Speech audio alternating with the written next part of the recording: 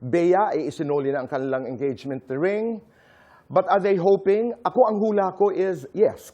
Ni-reveal ni Boy Abunda sa kanyang show sa GMA na Fast Talk na umano'y hiwalay na ang couple na sina Bea Alonzo at Dominic Roque. Matatandaan na naunang ni-reveal ni OG Diaz sa kanyang showbiz update vlog na umano'y hiwalay na ang dalawa. As a matter of fact from good sources, kagabi o noong isang gabi lamang ay nag-usap si Bea at si Dominic. They're trying to understand each other, they're going through a rough patch.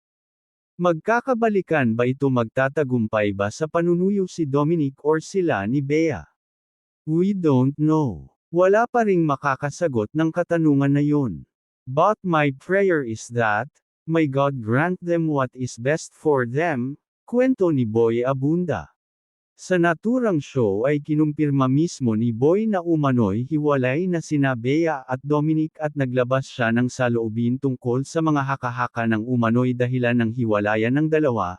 So I am confirming, yes, that hiwalay sila ngayon, that last night or 2 nights ago, nag-usap yung dalawa. Ano ang status? Wala.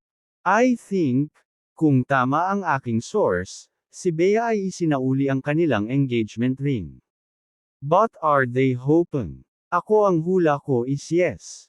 Kasi hindi naman, you don't say tomorrow I'm going to stop loving. Yung prenup po, medyo na-shock ako. Kasi many months ago, napag-usapan ho ito. Sa aking pagkakaalam. And I'd like to confirm this with my friends, my sources.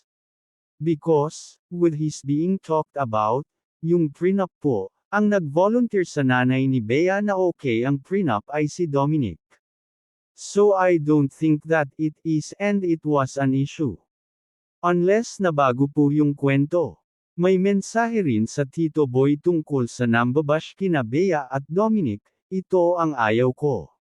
Nay, Tay, Kapuso. Dito sa kwento ito, pinapalabas na ang may problema si Bea Alonzo. Kasi naghiwalay sila ni Gerald Anderson, naghiwalay sila ni Zanjo Marudo. Ay hindi nagtatagal ang kanyang mga relasyon.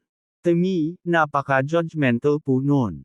You and I have the right to comment, yes we have the freedom of speech, pero ako, I appeal for kindness. What do we really know about this relationship? Ito diretsahan. Si Bea gustong masave ang relasyon na ito.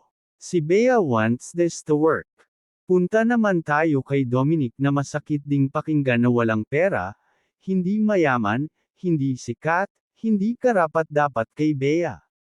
Cruel. You have the right to comment, you have the right to share your opinions.